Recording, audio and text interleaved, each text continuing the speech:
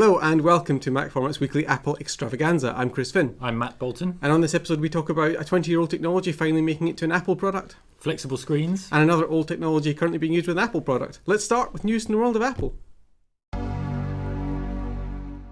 So DVD extras first appeared with DVDs back in the late 90s. Yes. We now have them on Apple TV. I think you did used to sometimes you'd get a little featurette at the end of films on VHS, maybe. Did you? I think like one or two, maybe like kids' films would include a little thing. Yeah. So now Apple's changed it. Now it's coming in iOS 8 for the iOS platform, but iTunes 11.3 and the Apple TV latest firmware upgrade now allow you to view Apple TV extras. iTunes extras on your Apple TV, i.e. bonus scenes, behind the scenes, blooper reels. Yeah, all that sort of stuff, which is in one way good, great, lovely. In another way, what the fuck took you so long? In a third hand, actually it's really confusing because it seems to be another iTunes Extras spec, because I've bought hold of movies from iTunes. They are all on my Mac Mini Media Center at home. Yeah. But only some of them. So what happens when you download a film with iTunes Extras? You get the film, then you get an extra file that says, Thor, iTunes Extras. Yeah. Except now, some of those also have a little blue flag that says iTunes Extras. So on some movies, on Oz, for example, Oz the Great and Powerful, I can watch Oz on my Mac. I can double-click Oz the Great and Powerful iTunes Extras and watch those. Or if I just open up the movie file again, I'll be given basically the same extras but with a different interface. Right. And the really bad thing about it is that you don't know what you're going to get. And not all films have been updated? So exactly, not all films have extras, and that's fine. But not all films have been updated to have the new iTunes extras. Right. And also, if you've got the film locally stored on your Mac and you stream it to your Apple TV, even if it's one of the ones with the new blessed iTunes extras, you don't get them. You can only stream them directly from Apple? From the iTunes, exactly, through the purchase tab of... Yeah. Which is confusing as hell. But your films you already own will be upgraded with extras. You don't need to buy the extras extra. That's true. Okay. But you can't watch them. You have to stream from Apple. You can't have them already downloaded onto your Mac and then stream from there to your Apple TV. Right. At least in my testing, it didn't work.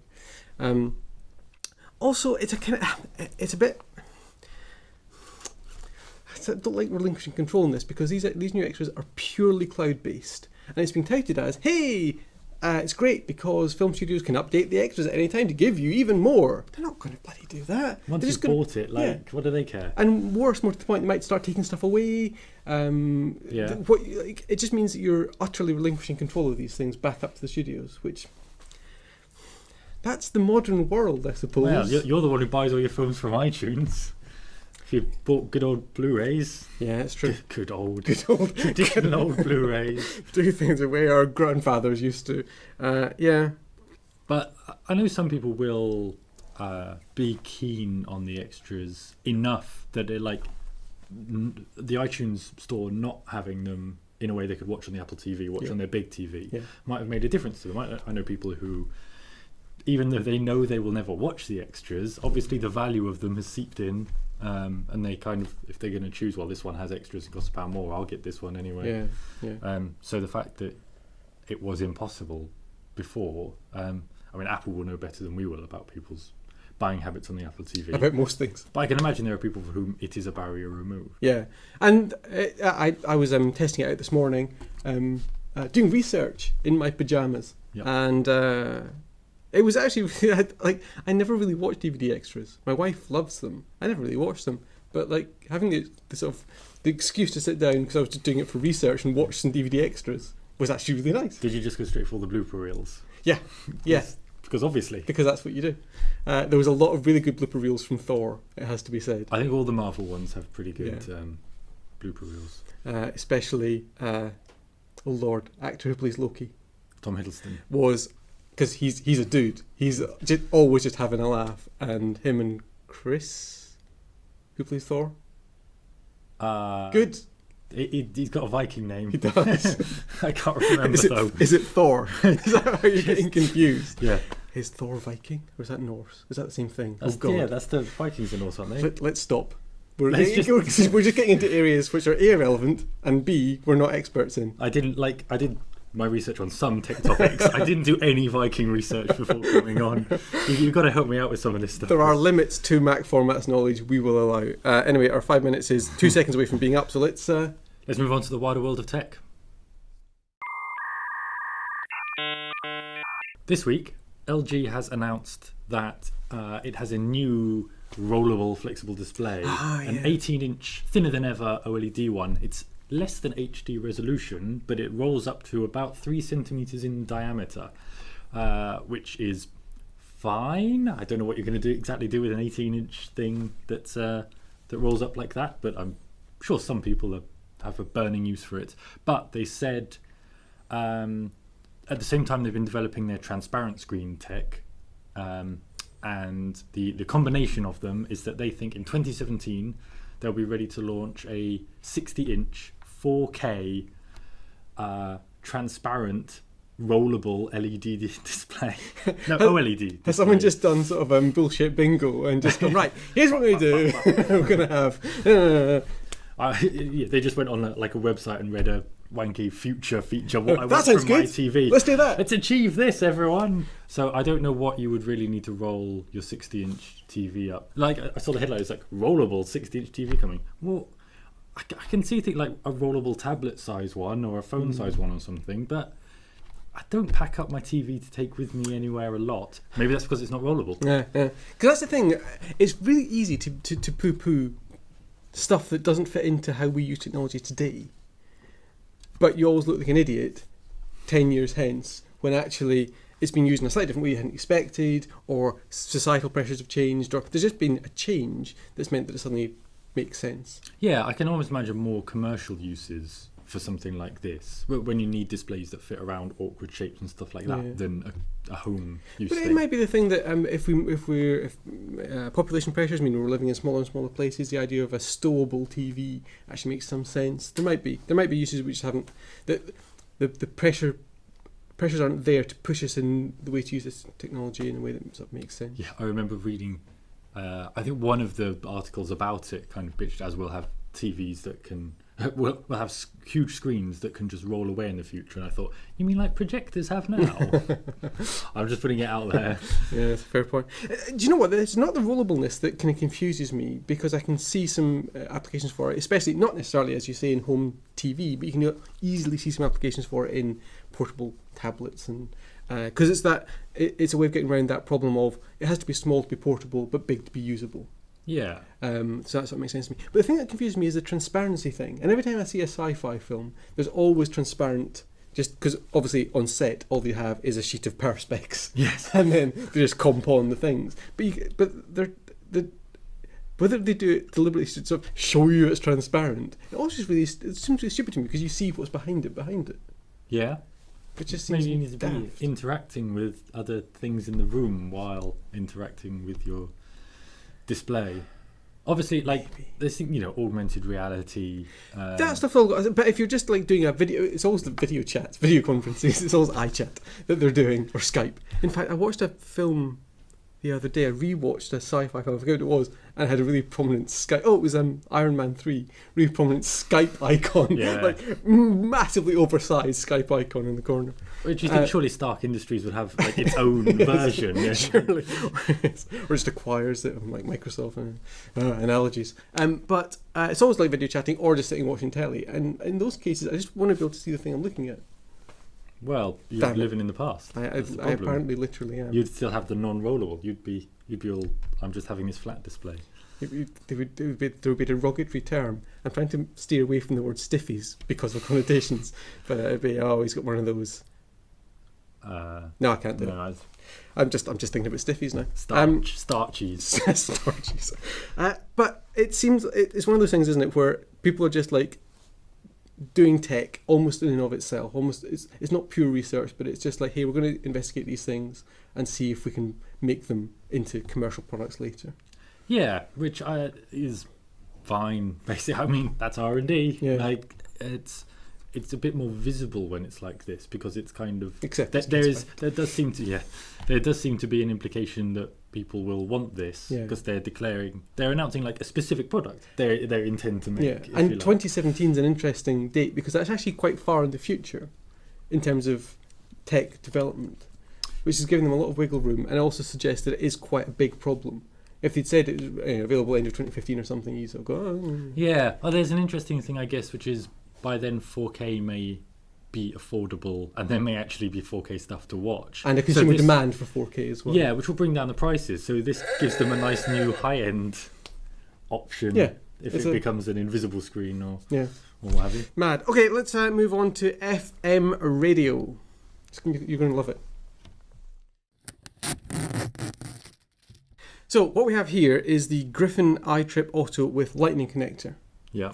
And the only way to test this, the only way to properly test this, is to take the Extravaganza on the road. Welcome to Historic Bath, and introducing Tom as well, who you can see properly for the first time, who's our, I say resident cameraman, he doesn't live in the car. So we have here the iTrip Auto with Lightning connector. Yes, it's, if you've seen any of the other iTrip cables, it's essentially one of those, but with the latest compatibility for the latest devices. So the way it works is we plug the bottom bit into the power socket in the car, which obviously powers not just your device, except probably not in this case because it's an iPad. Oh, it is. No, it's doing the iPad. It's doing it. It's the iPad Mini, isn't it? So it powers the device, but it also, you'll see on the little display on the cable halfway along, which you may not be able to see. You can see. I can tell you that what it is an FM frequency. So put the radio on, press radio, and then use this knob here, Matt, to match the frequency. I am at 103.7 on my iTrip, your iTrip, this iTrip. There we go. There you go. So. And now, if I turn the volume up slightly. I haven't started playing music yet. I know. And starting the timer. Yes. Magically, we have the dulcet tones of one of our friends, Gary Marshall, coming through the car speakers. I'm glad the camera is capturing Tom's reaction to this technological marvel. Got us on camera. So that's it, basically. It does just work. It's a really low-fi way of doing it. It's a really sort of hacky way of doing it.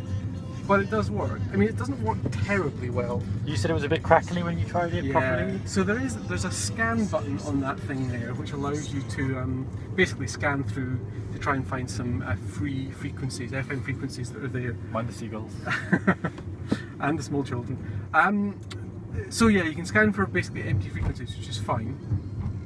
But even when you find one, it still means that just because it's FM, it's a little bit crackly and there's room for interference. So it's not a terrifically hi-fi way of doing things. And frankly, if you get any other way of doing it available to you, it's probably better to do that.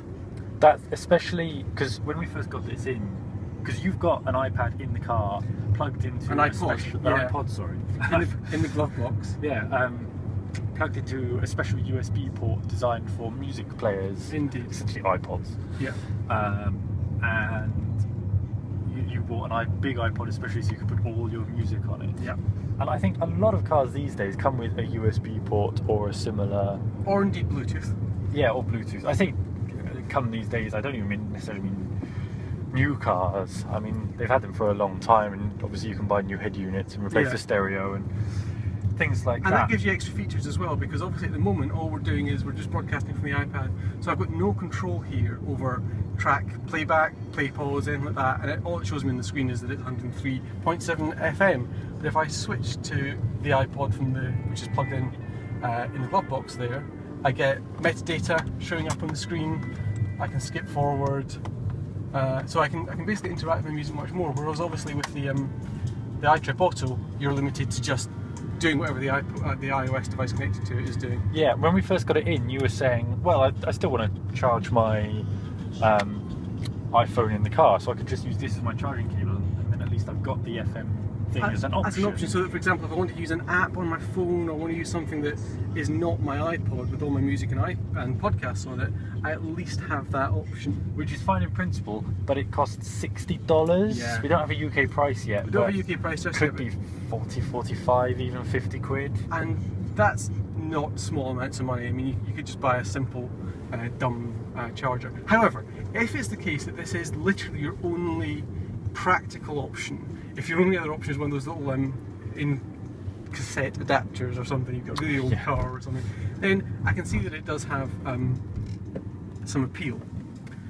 But it is, as you say, $60, and that is not a small amount of money to be paying for something. There are some nice features in it. For example, you can save up to 4 presets, so that if you regularly travel between places that require you to retune the thing, so that if you're traveling into an area where there's interference, you can tune it to a different thing and save up to 4 presets on that little device there. And obviously you can save your presets onto your car radio as well, which is fine. And it can just scan for, as you said, it can scan for a free frequency that's nearby anyway. Do you remember these used to be illegal? Like 6 years ago, if we were doing this, what we're doing is illegal, and not just because it's slightly dodgy me trying to narrate a video while driving a car. Because they were essentially, you were becoming a pirate radio station. You were broadcasting on FM, even if it was only broadcasting 25 meters. Yeah, exactly. Because they are very low-powered little transmitters. But it was actually our local MP, Don Foster, the Liberal Democrat MP for Bath, was one of the original MPs who challenged this. Because basically it was said, I'm going to turn this off. It was basically said, it's slightly daft. It's a completely different situation here. Let's change it. And because the legislation that was dealing with it came from 1949, and obviously in those days we hadn't quite anticipated iPods and that kind of in-car stereo stuff. So they changed it. Basically, Ofcom agitated for it, and the rules were changed in 2006, I think it was. As far as getting one of these goes, I assume that iTrip still does them. They definitely used to, Griffin still does them. They used to do ones that weren't kind of powered. They would take like a couple of AA's or whatever, and they plugged into the 3.5mm, and they would be cheaper than something like this, because you don't have to pay licensing costs for the Lightning connector. Well, that's the thing as well, and that's one of the reasons why it will be $60, is that Lightning is actually a very expensive connector to implement, isn't it? Yeah. I've just realised that by switching... there we go. There we go. No, it's alright. The noise did come from here. So yeah, exactly. It's quite an expensive thing to do. But those original iTrips were the first time that these things had come, and they were basically made in the States, and where it was perfectly legal, and then they couldn't import them to the UK. I remember the UK distributor AM Micro, my good friend Steve Hawkins, was distraught and was widely quoted in news stories at the time because he basically wanted to sell the damn things. I think legislation was passed on the 8th of December, so it was just in time for Christmas. Just squeeze them out. Disparate package deliveries to all the shops. Yeah. Alright, well, let us know in the comments if you think these old FM radio transmitters still have a place in the world. And we talked about some other stuff. That was ages ago for us now. We talked about Apple resurrecting iTunes extras, DVD extras. iTunes extras for movie purchases. Do you still care at all about those kinds of extras? Have you moved have you moved past needing such things in your purchases? And rollable screens and transparent screens and flexible OLED, and does any of it have any point as far as you can see? Please do let us know, and don't forget that you can subscribe to our YouTube channel at youtube.com/MacFormat UK. You can watch any of our previous episodes of the Extravaganza, and you can get a free trial of MacFormat's interactive iPad edition at macformat.com/iPad. Thanks very much for watching, and I hope we survive to do this another day. We have not crashed yet.